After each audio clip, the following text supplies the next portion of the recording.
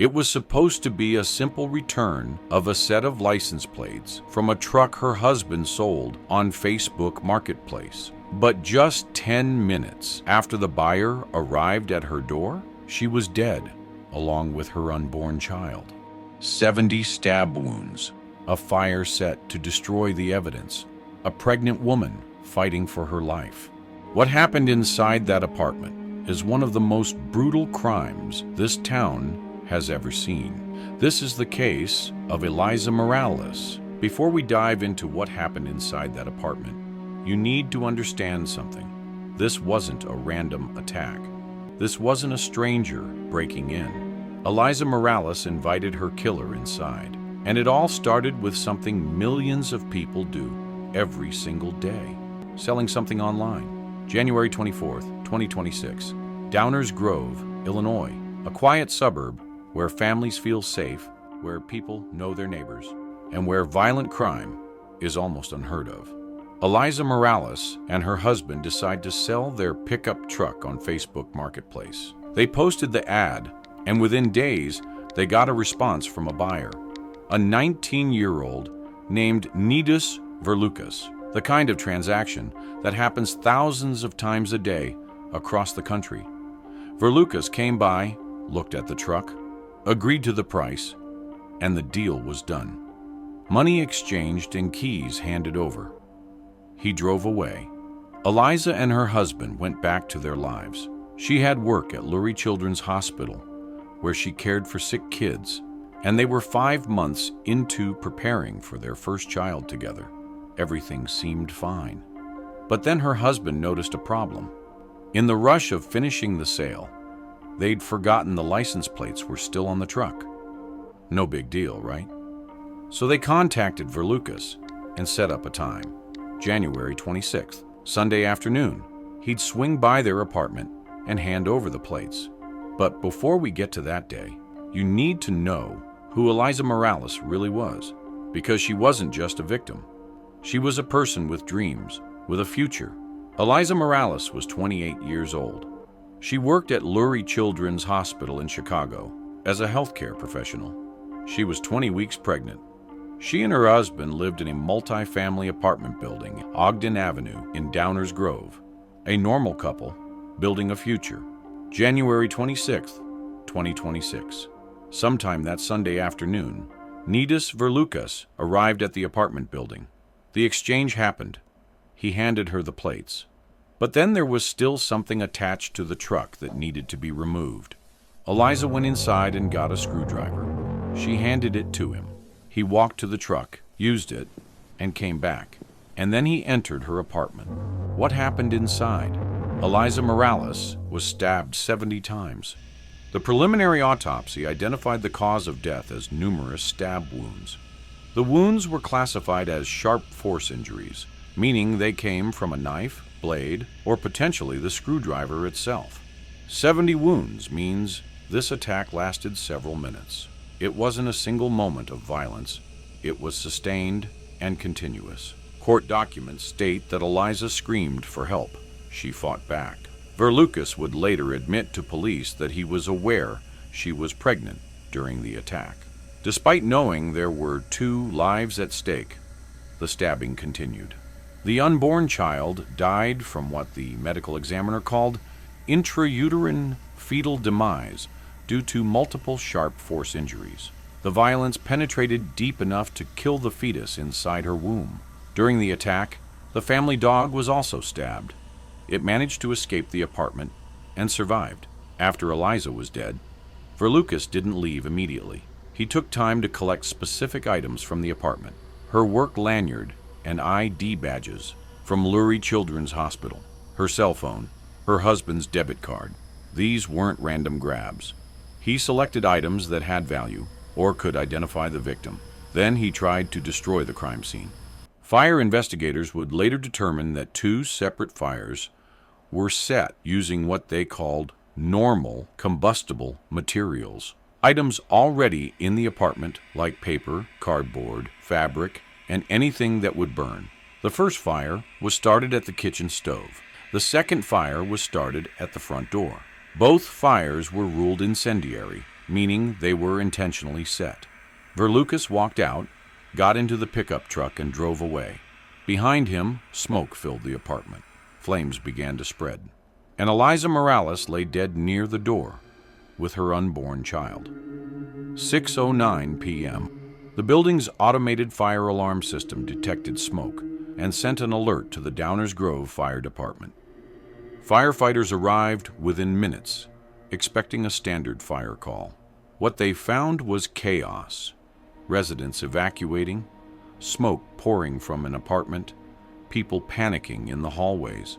The fires were extinguished before they could engulf the building.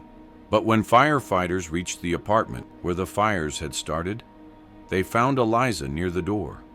They moved her to an ambulance to check for signs of life. That's when they saw the injuries. Multiple stab wounds across her body, blood everywhere. This wasn't a fire victim who got trapped. This was a murder victim whose killer tried to burn the evidence. Paramedics pronounced her dead at the scene. The Downers Grove Police Department was called. The apartment was sealed off as a crime scene, and detectives began the work of figuring out who did this and where they were now. The first lead, investigators interviewed Eliza's husband. He had an alibi and was quickly ruled out, but he provided something critical: the Facebook Marketplace transaction. He told them about the truck sale 2 days earlier, about the forgotten license plates, about the arrangement for the buyer to return them that afternoon, and he gave the name. Suddenly, detectives had a suspect. They had a digital trail and a timeline. Verlucas was supposed to be at the apartment that afternoon, but they had a problem. Hours had passed since the fire. Netis Revucas could be miles away by now.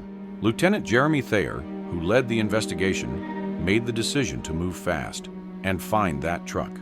11:42 p.m., 5 hours and 33 minutes after the fire alarm, a Downers Grove police officer spotted the pickup truck parked in a driveway on Spruce Lane in Westmont, a neighboring town just a few miles away.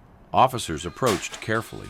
They didn't know if Verlucas was armed, if he'd resist, but when they made contact, Verlucas surrendered without incident. No fight, no chase. He was cooperative and calm. He was placed under arrest and transported to the Downers Grove Police Department. But an arrest is only the beginning. Now prosecutors needed evidence strong enough to convict. While Verlucas sat in an interview room, investigators executed a search warrant at the Spruce Lane residence where he'd been arrested.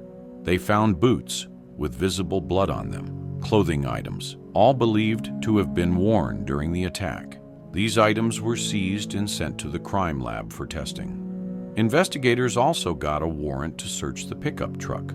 Inside, they found apparent blood on the driver's side door and the steering wheel. This meant he had driven away from the murder scene with blood still on his hands, transferring it to the vehicle's surfaces.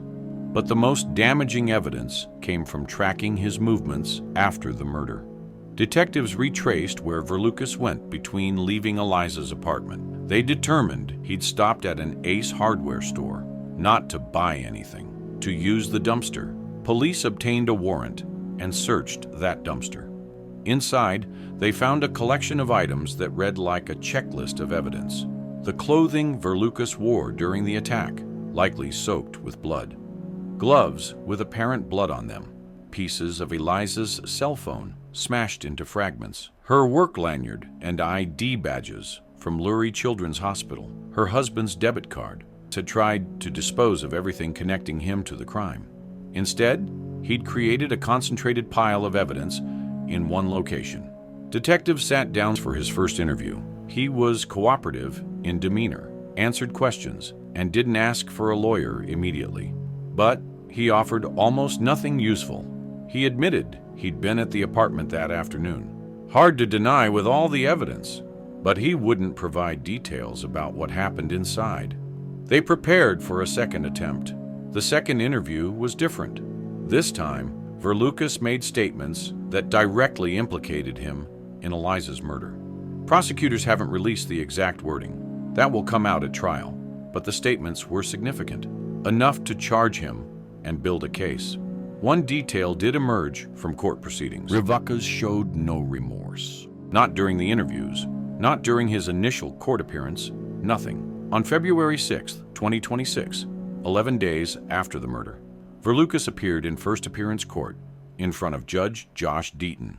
Assistant State's Attorney Eliza Linst presented the state's case and filed a motion to deny pre-trial release. She argued that Verlucas posed a danger to the community and was a flight risk given the severity of the charges. Judge Deaton reviewed the evidence and granted the motion. Verlucas would be held without bond at the DuPage County Jail pending trial. The charges against him: 3 counts of first-degree murder. Illinois law allows prosecutors to charge multiple counts based on different legal theories of the same killing: intentional murder, knowing murder, and felony murder. 1 count of intentional homicide of an unborn child. The fetus was developed enough to be considered a separate victim under state law. Armed robbery for taking Eliza's property and her husband's debit card. Aggravated arson for deliberately setting fires that endangered the lives of other residents in the building. Aggravated cruelty to animals for stabbing the family dog. Prosecutors also announced they would seek a brutal and heinous enhancement, a sentencing designation in Illinois reserved for crimes of exceptional violence and depravity. Revucas' next court date was set for February 18, 2026 in front of Judge Brian Talander. Justice is coming, but it won't undo what happened on January 26, 2026.